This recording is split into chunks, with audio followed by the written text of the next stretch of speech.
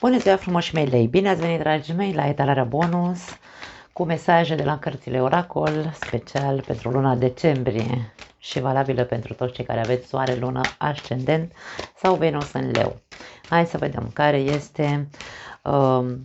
care sunt de fapt mesajele care trebuie să le mai auziți de la mine pentru această perioadă. Wow! Ok, agitație pe la voi. Hai să mai amestecăm o leacă.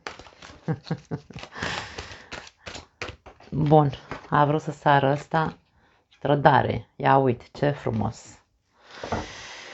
Te simți trădat sau tu ai jucat rolul trădătorului? Vedem ce vrea să ne spună. Avem provocare sau proba trădării, proba și autovalorare. Ok, aici este vorba despre proba între una și alta, îmi vine să zic. La capătul cărților avem toleranță. Interesant. Aceste mesaje vor să ne spună că poate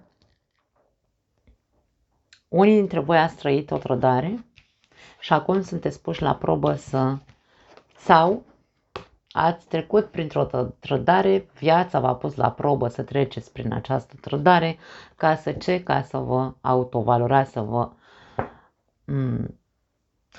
Nu e că leul nu se valorează pe el sau nu se iubește pe el. Nu, aici e vorba despre faptul că probabil a pus mai mult preț sau mai multă valoare, dacă vreți, pe partenerul de viață și nu pe el însuși. Și aici, dacă s-a întâmplat pentru unii dintre voi o trădare, da, viața ne pune probe. Ce să facem? Asta e. E pentru ca tu să vezi că nu trebuie să te uiți pe tine niciodată, indiferent că trăiești într-o relație, că e poate persoana ideală pentru tine, habar n-am, poate fi orice. Aici tu ai tolerat această trădare, o tolerezi încă și aici este vorba despre, nu e vorba despre a tolera, pentru că atunci când tolerăm, trăim ca aici, pe un fir de ață, nu știm, nu mai avem încredere și nu știm dacă povestea asta se mai poate repeta sau nu. Îmi va mai tăia odată funia de sub picioare persoana asta sau nu? Cum am spus la început, proba în această perioadă este între a rămâne în continuare în relația asta, bineînțeles trăind în neîncredere, nu mai am cum să cred în această persoană, sau mă apuc și investesc în mine. Investesc ce înseamnă? Sunt atent la mine, văd ce nevoie am, nu mai stau constant să am nevoie de validare de la celălalt sau de promisiuni că nu o să mai facă. Nu e despre asta. Proba e despre mine. Să mă pun din nou pe picioare din punct de vedere emoțional, în ciuda trădării. Dacă aleg să stau în această relație, bineînțeles, în acest parteneriat. Dacă voi sunteți cei care ați trădat sau poate aveți aici, atenție, eu nu văd să existe varianta în care să fiți tentați să cădeți într-o aventură. Dacă sunteți tentați, pentru că provocarea vine pe partea asta cu trădarea, atenție, trădare nu neapărat că e vorba despre o aventură. Ești trădat să îți pui adevărul pe jumătate, de exemplu. Îți minți partenerul în ceva și minciuna e o trădare, da? Sau pe altcineva, nu contează, că nu neapărat vorbim despre dragoste. Aici vorba despre, ok, tu atât de jos cazi încât să te lași băgat în ițe din care nu poți să ieși, încât să cazi în tentația de a fi un trădător față de cineva în această perioadă. Asta e valoarea ta, asta te face pe tine să te simți bine cu tine? Întrebătoare. Dacă nu vorbim de iubire, dacă ești tentat să intri într-o aventură, pune mâna aici și vezi dacă tu ești făcut din esența asta de a fi un trădător. E cumva, ți se pune pe tavă dacă vrei dacă vrei ocazia să fii un trădător și depinde doar de tine, dacă îți cunoști valoarea, nu vei intra în aceste mreje, să zicem. Nu te vei lăsa tentat. Dacă îți cunoști valoarea, dacă nu îți cunoști valoarea și nu te respecti cu adevărat, e posibil să joci rolul trădătorului. Altcineva poate juca rolul trădătorului în viața ta, bineînțeles, aici se poate citi tot timpul viceversa, bineînțeles. În cazul în care cineva va juca rolul trădătorului, tu ești cel care vei fi la probă să îți cunoști cu adevărat valoarea despre care vorbeam. E ca și cum, ok, persoana care te va trăda, proba este de autovalorare, de respect de sine, m-ai trădat, nu contează cu ce. Eu sunt pus la probă aici, în această perioadă, într-atât încât să văd cât de mult mă respect pe mine și dacă merit sau nu să-ți tolerez această trădare. Cam despre asta este vorba aici. Hai să vedem ce alte mesaje mai avem. Foarte interesant.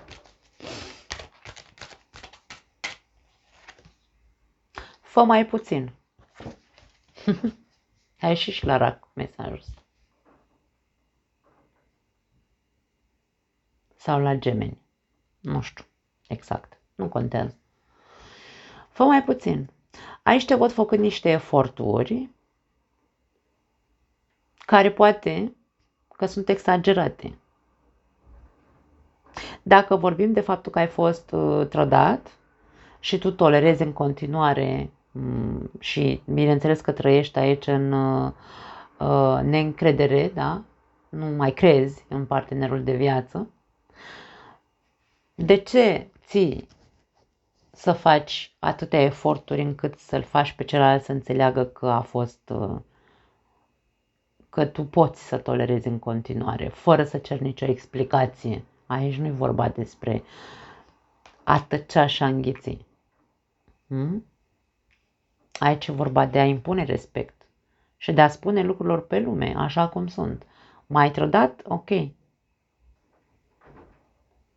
Cine sunt eu în fața mea, în viața mea, în fața ta? Ca să trec cu vederea să tolerez doar pentru că avem o căsnicie. De ce să mai fac? Uite, stau aici, îți fac mâncare, te spăl, nu știu, habar n-am, zic și eu, tâmpenii, da? Eu stau în continuare aici și îți fac mâncare, te spăl, te calc, te așa și eu știu că tu ești un trădător. De exemplu, o trădătoare, nu contează, femeie, bărbat. Pentru ce mai faci lucruri care nu au sens să le faci? Unde e respectul tău aici? Cam asta vrea să ne spună pentru acest caz. Da? Deci proba ta în această perioadă este să te respecti cu adevărat și să nu mai faci atât de multe lucruri pentru persoana care într-adevăr te-a trădat. Apreciază tot. Uite ou aici în mâna acestei persoane. Îmi vine să spun să apreciezi inclusiv această trădare. De ce? Pentru că te face să deschizi ochii că tu nu te-ai valorat pe tine. Punct. Da, în capul tău poate că ești aici într-o poveste încurcată și zici, nu știu, ce spui tu despre tine, despre respectul de sine. Dar dacă te uiți mai atent, poate că vei vedea că totuși nu te-ai valorat, nu te-ai respectat îndeajuns. L-ai respectat mai mult pe celălalt, l-ai valorat mai mult pe celălalt decât pe tine însuți. Și de aia apreciază tot, apreciază sufletul tău, apreciază-te pe tine, tu ești ou ce este. Sămânța din noi, da? Nu poți să apreciezi doar o parte sau doar anumite persoane și nu și pe tine. Dar mie așa îmi vine foarte mult, îl am în cap acest mesaj, apreciază.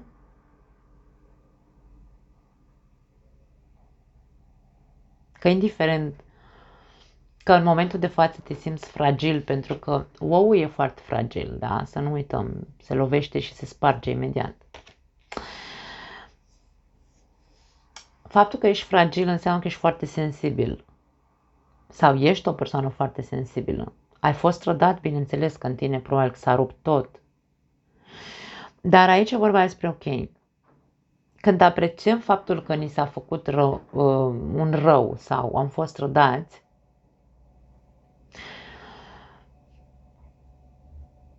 știu că sună absurd, dar dacă trădarea a fost o probă ca mie să-mi arate că eu nu mă respect și nu mă iubesc, hai să apreciez. Îți mulțumesc, dragul meu, că ai avut o aventură ca să-mi arăți că eu, de fapt, nu făceam decât să fiu în picioarele tale, să fac totul pentru tine și pe mine m-am delăsat. Despre asta simt că e vorba aici.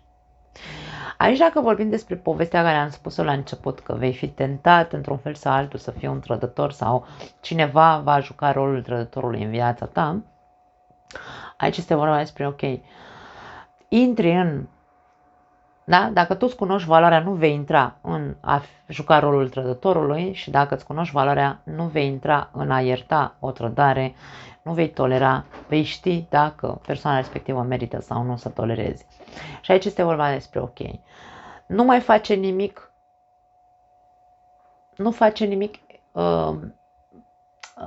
să zicem așa, într-un mod exagerat pentru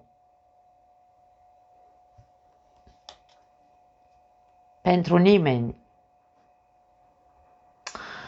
Dar nu vorbim despre egoism aici, nu mă înțelegeți greșit.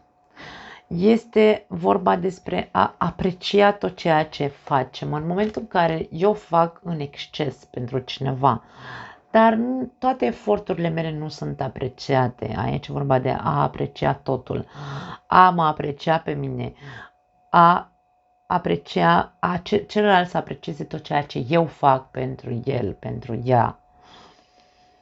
Când am foarte clar în mintea mea aceste aspecte, îmi cunosc foarte bine locul în viața mea. Eu asta simt aici, că despre asta e vorba. Și nici nu joc rolul trădătorului, nici nu mă las păcălit de nimeni, da? Pentru că știu că dacă eu fac și văd că nu sunt apreciat pentru ce mai fac, egoismul este prost înțeles, dar o să-l înțelegem într-o zi. Îmbunătățește-ți sănătatea sau forma fizică. Poate ai nevoie să pierzi niște kilograme ca tu să poți să te autovalorezi din nou. Poate ai nevoie să... Igiena somnului trebuie să fie una foarte bună, da? Deci aici trebuie să te concentrezi un pic pe partea fizică. Ca să te ajute să te pui pe picioare din nou, să-ți cunoști valoarea, prețul, cât valorezi tu. Hai să vedem mai departe îngerii iubirii ce au să vă transmită.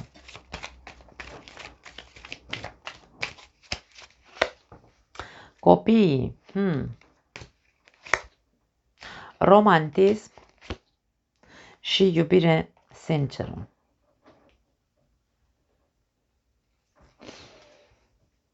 Unii dintre voi, într-adevăr, aici, dacă vorbim despre, wow, și fii atent aici la capătul cărților, iartă și învață. Dragii mei, dacă tu ai fost provocat de această viață să treci printr-o trădare în legătură cu partenerul de viață, mă refer, este pentru ca tu să poți să înveți, a fost pentru ca tu să poți să înveți într-adevăr să fii tu primul și apoi, da? Să nu uiți să te apreciezi, să nu uiți ce am zis mai devreme, nu mai repet. Aici vedem persoane, cupluri care au copii. Dacă tu ai fost trădat și mai aveți și copii, bineînțeles că ce s-a întâmplat aici e posibil ca tu să fi fost concentrat prea mult pe partea de părinte, de a fi părinte și ai uitat ce înseamnă. Ai uitat, îmi vine să spun, sau ați uitat împreună, pentru că vorbim despre cupluri, ați uitat să fiți unul pentru celălalt. Da? Ați uitat să fiți un cuplu, ați uitat să fiți atenți, romantici unul cu celălalt, ați uitat că tu erai iubirea vieții celuilalt și celălalt era iubirea vieții tale. Pentru că, bineînțeles, în rutină ne pierdem, copiii au nevoie de foarte multă atenție și de foarte multe ori cădem în această extremă în care uităm de noi ca cuplu. Dar, dacă totul are un sens pentru tine, aici e nevoie să ierți, să înveți această lecție și să nu mai uiți niciodată că relația de cuplu, mai ales cu partenerii de viață cu care v-ați luat pentru că v-ați iubit cu adevărat, dragii mei, și știți, conștientizați că tot ce s-a întâmplat a fost pentru că am uitat să ne apreciem, am uitat să fim romantici, să fim atenți, să fim, nu știu, mai venim și noi cu o floare, mai să punem sare și piper în relația noastră și ne-am concentrat doar pe copii. Poate amândoi am făcut același lucru și la un moment dat, uite, unul dintre noi doi, domne, a călcat strâmb. Acum hai să facem moarte de om. Nu! Stăm ca oamenii coerenți de vorbă, mergem la terapie dacă nu suntem în stare să ne rezolvăm problema asta singuri. Nu stăm într-o relație tolerând, pur și simplu. Nu e despre asta. Eu nu pot să mai fac mai multă psihologie. Pentru cei singuri aici,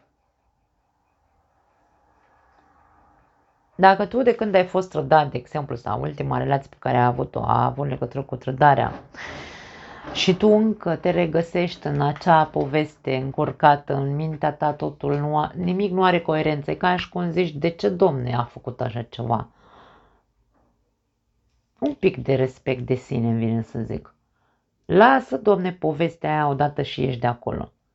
Nu mai căuta motive, că vezi, Doamne, nu știu, uite, poate te-ai încurcat cu cineva căsătorit aici. Atenție, dacă aici tu te-ai încurcat cu cineva căsătorit, tu ai fost cel care ți-ai tăiat singurața de sub picioare. E clar că n-ai cum să ai în mintea ta o poveste iluzorie în care ălălaltul are masă, casă, cățel, porcel, o altă relație, copii și așa mai departe și tu pretinzi într-un fel sau altul să vezi, Doamne, că o să își lase familia pentru tine. O mare greșeală de interpretare a minții noastre în momentul în care noi devenim așa foarte wow, e iubirea vieții mele, ce păcat că e căsătorit, mai are și copii, da, asta e, lasă că o să-și lase femeia și copiii la un moment dat. Nu. În cele mai multe cazuri nu se întâmplă așa ceva. De-aia spun, voi cei singuri, dacă voi v-ați simțit trădați, să știi că tu singur te-ai trădat pe tine, nu te-a trădat nimeni. Tu ai știut în ce te bagi în primul și în primul rând. Povestea a fost în capul tău că erai super îndrăgostită de persoana asta, ți-ai făcut o poveste romantică în capul tău, te-ai iluzionat foarte mult și cam asta e. Provocarea e să ieși de acolo, din povestea aia, da? Punem în aia și un pic de respect de sine, cum am zis, și punem în aia și asta e, ia-o așa cum e, povestea, cum a fost și trecem mai departe. Pentru alții dintre voi e posibil să vă cunoașteți, să cunoașteți o persoană sau să vă cunoașteți iubirea vieții voastre în această perioadă și să fie conexiunea asta de-a face cu copiii. Ori tu, hai să zicem așa, uite, dau un exemplu cel mai simplu și tâmpit. Ești profesor, să zicem așa, ai legătură cu copiii, da? Ești educator într-un fel sau altul. Sau, nu știu, lucrezi cu copiii, cumva. Prin intermediul copiilor poți să întâlnești această persoană care să reiasă că este iubirea vieții tale. Poate veți începe o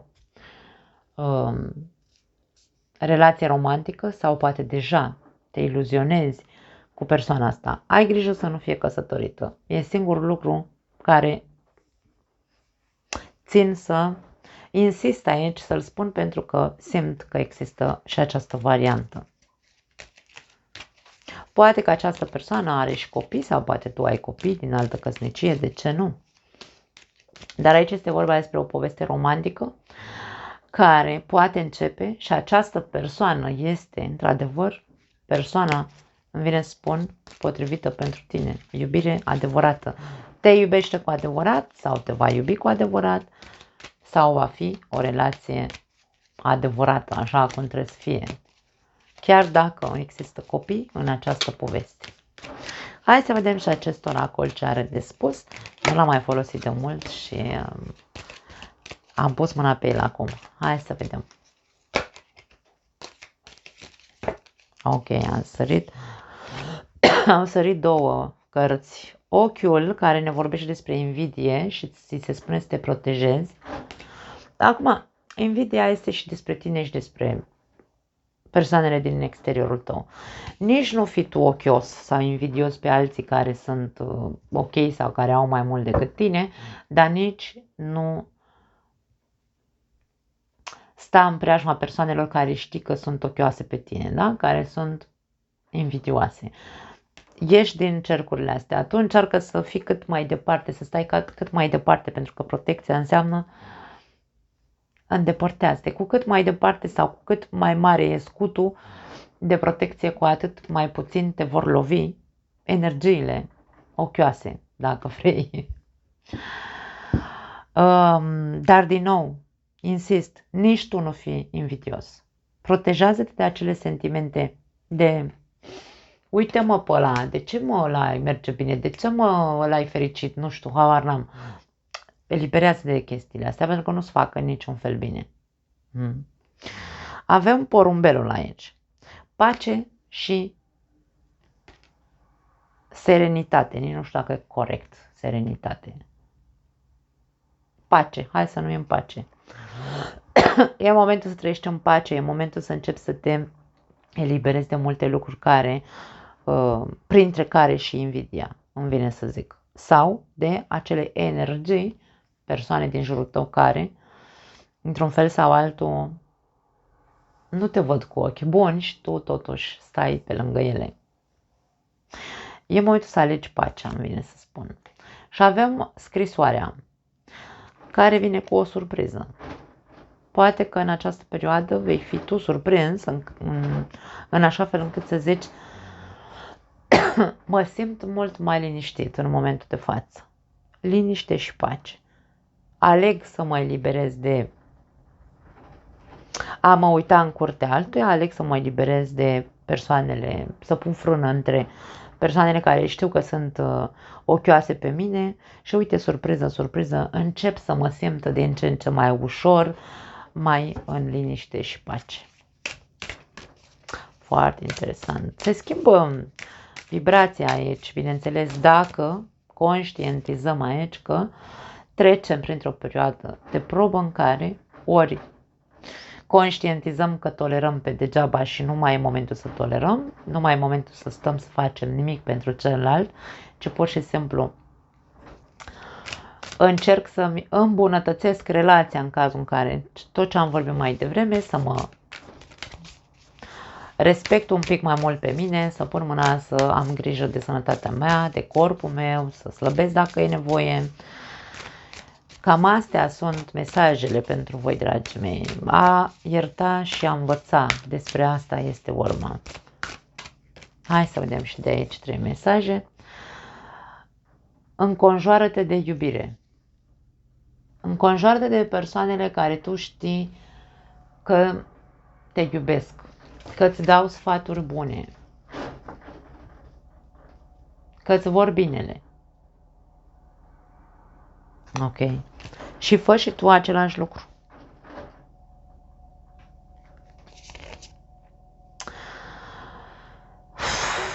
Avem farul care îți spune nu te subestima niciodată.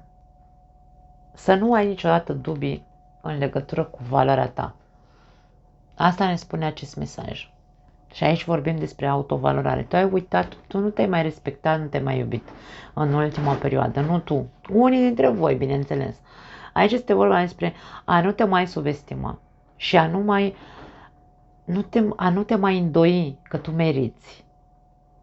Autovalorare înseamnă că eu știu cine sunt, știu ce merit și leul este unul dintre semnele zodiacale care cel mai bine ar trebui să știe lucrul ăsta despre ele. Și nu vorbim de a ne duce în extrema, nu știu, umflării ego-ului. Nu e despre asta. Și avem justiția se apropie. Dreptatea se apropie. Cred că vei rezolva. Vei rezolva problema prin care treci, indiferent că aici vorbim despre cei singuri, indiferent că vorbim despre cei care aveți o relație și ați avut parte de o trădare.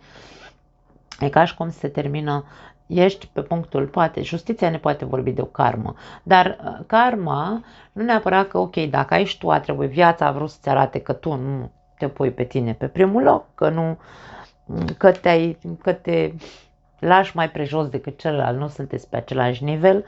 Justiția vine să echilibreze, dar în același timp vine să zice că se termină o karmă, dacă e vorba de o karmă sau de o perioadă karmică, sau justiția vine și ne spune același lucru, cum mai zic câteodată, cum îți așterne așa dor. Dacă tu tolerezi, taci din gură, nu zici nimic, taci și înghiți aici și faci în continuare, îi speli șosetele și calci cămășile și îi dai să mănânce, știind că te-a trădat sau te trădează în continuare, aici o problemă o ai tu, eu nu pot du-te la psiholog, da, nu pot să zic altceva. Așadar, dragii mei, cum îți așterne așa dormi pentru unii dintre voi și perioada karmică se termină pentru alții dintre voi, dar nu se termină pe degeaba, se termină că tu trebuie să faci aici efortul să ieși din ițele din capul tău și să pui mâna să te pui pe primul loc. Să nu mai ai dubii niciodată de cât meriți în această viață. Nu te mai subestima. Nu mai am altceva. Vă pup, vă iubesc. Ne vedem data viitoare.